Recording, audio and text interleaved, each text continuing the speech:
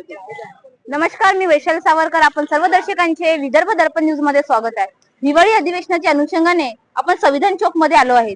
संविधान चौक मध्ये भरपूरशे मोर्चे आंदोलन हे आंदोलक घेऊन आलेले आहे. आपल्यासोबत काही आहे आशा वर्कर, ज्या त्या आपल्या मागण्या घेऊन इथे हिवाळी अधिवेशनामध्ये आंदोलन करीत आहेत. आपण त्यांच्याकडून जाणून घेऊया काय त्यांच्या मागण्या आहे. नमस्कार ताई.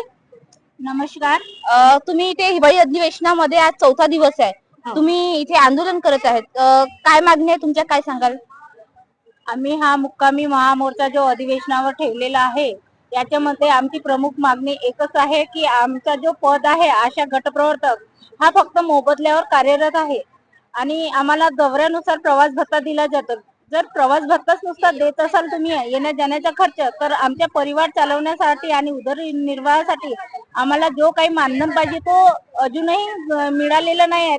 कधीपर्यंत आम्ही ह्या प्रवास भत्त्यावरच काम करायचं, जेणेकरून आमची फॅमिली ही विस्कळीत चाललेली आहे. त्याकरता आमची प्रमुख मागणी आहे की आमचं जो समायोजन आहे हा आमच्या शासकीय सेवेत समायोजन केलेलं पाहिजे. तुम्ही किती दिवसापासून हे आंदोलन करत आहे? आम्ही कालपासून इथे मुक्कामी थांबलेलो आहोत. कोणते आमदार नेते काही इथे बघायला आले तुमच्या आंदोलनाच्या मागण्या बघायला? हो, काल उमरेड विधानसभा क्षेत्राचे आमदार माननीय संजय मेश्राम साहेब इथे आले होते. त्यांनी काही सांगितलं, काही तोड काढला का तुमच्या मागण्यावर?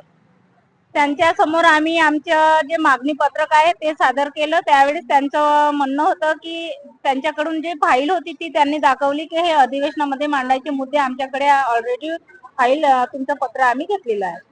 तुम्ही किती लोक, किती आशा वर्कर इथे आंदोलनामध्ये समाविष्ट आहे, काय सांगाल? पहिले पण आशा वर्कर नाही, आम्ही आशा सुपरवायझर आहोत आणि आम्ही पूर्ण ऑल टोटल म्हणजे नागपूर जिल्ह्याच्या 100 आणि पूर्ण महाराष्ट्रभराच्या 3700 गटप्रवर्तक या संपामध्ये सहभागी आहेत. तुमच्या जर मागण्या पूर्ण झालेल्या नाही तर काय ऍक्शन घ्याल तुम्ही?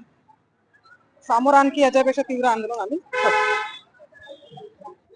आम्हाला मानधन नको, वेतन पाहिजे, पहिली मागणी हीच आहे. आणि आमच्या सोबत आमच्या गटावर प्रवर्तकांना सुद्धा पाहिजे, कारण आरोग्य खात्याचा जो महत्वाचा कामाचा वाटा आहे तो आशा आणि आरोग्य आमच्या ज्या गटप्रवर्तक आहे आमच्या सुपरवायझर मॅडम त्यांचा आहे. आणि बाकी आहे पीएससी म्हणाला, पण फक्त ते आपल्या बोटानेच काम करतात आणि तोंडाने काम करतात.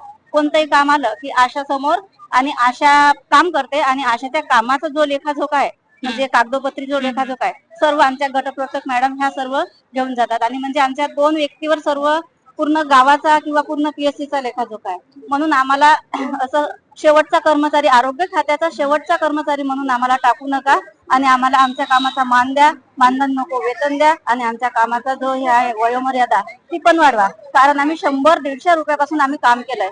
आमच्या मॅडम सुद्धा, आम्हाला पण पेट्रोल लागते. आम्हाला प्रत्येक ठिकाणी एक आशा आहे, एका आशाच्या मागे 2-3 गाव आहे समजा, तर आम्हाला 2 किलोमीटर, 3 किलोमीटर, 4 किलोमीटर असं आम्हाला नेहमीच जावं लागते. आणि जो सर्वे असला तर सर्वे पण 2-3 दिवस लगातार असतो, तेव्हा आम्ही पेट्रोलचा खर्च आम्ही स्वतःकडून मागतो. आमच्या जवळ काही नाही, आम्ही पण ह्याच कामावर अवलंबून आहोत. आणि कामं एवढी वाढली मॅडम की आम्ही स्वतःच्या शेतात सुद्धा जाऊ शकत नाही.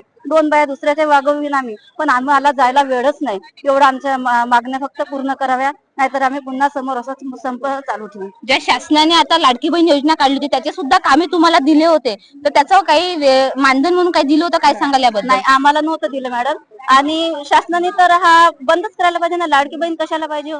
नाही पाहिजे लाडकी बहीण. कशाला लाडक्या बहिणीचं नावानं तुम्ही एवढं लुटून राहिले तुम्ही? अरे लाडकी बहीण द्यायच्या वेळेचं पोरं आहेत ना शिक्षण पाण्याचे, त्यांना द्या. त्यांच्या शिक्षणाच्या कामात येतील तेवढे पैसे. तेवढा महिना चालू करा ना म्हणा यंग पोरांना. एवढे शिकलेश्वरली पोरं आहे त्यांना जॉब द्या. का असं शासन अशानं गरीबी येईल की उलट श्रीमंत होईल आपला देश?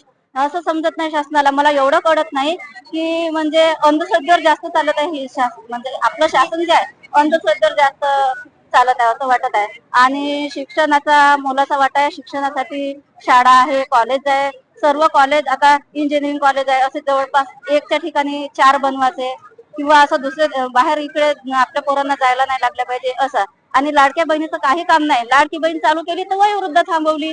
6-6 महिने, 5-5 महिने, 12-12 महिने थांबवून वयोवृद्धाचे थांबवले ना.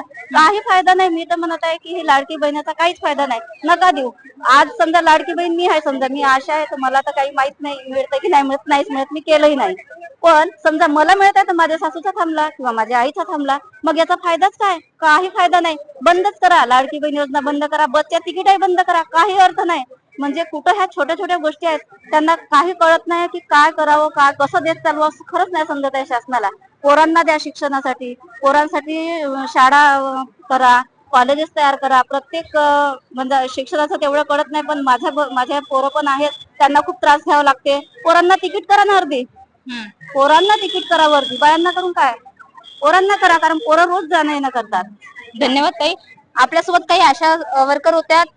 यांच्या ज्या मागण्या आहेत त्या आम्हाला जाण्याचा खर्च नको, आम्हाला भरपूरशे कामं वाढून दिलेले आहे, आम्हाला नियमितपणे वेतन द्यावं अशा मागण्या घेऊन इथे हिवाळी अधिवेशनामध्ये या आंदोलन घेऊन आलेले आहेत. मी वैशाली सावरकर, विदर्भ दर्पण न्यूज, नागपूर.